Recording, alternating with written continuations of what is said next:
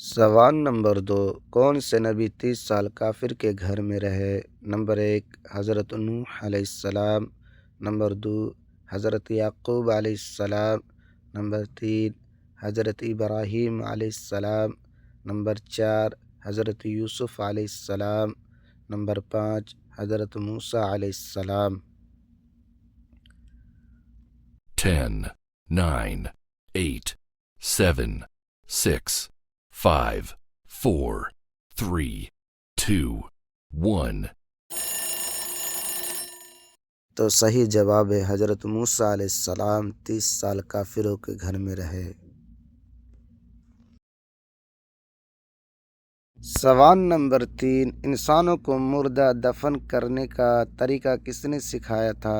Number 1 کبوتر، number 2 طوطا، number 3 کوا، نمبر 4 الو، نمبر 5 مور۔ 10, 9, 8, 7, 6, 5, 4, 3, 2, 1. تو صحیح جواب ہے کوا۔ کوا نے انسانوں کو مردہ دفن کرنے کا طریقہ سکھایا تھا۔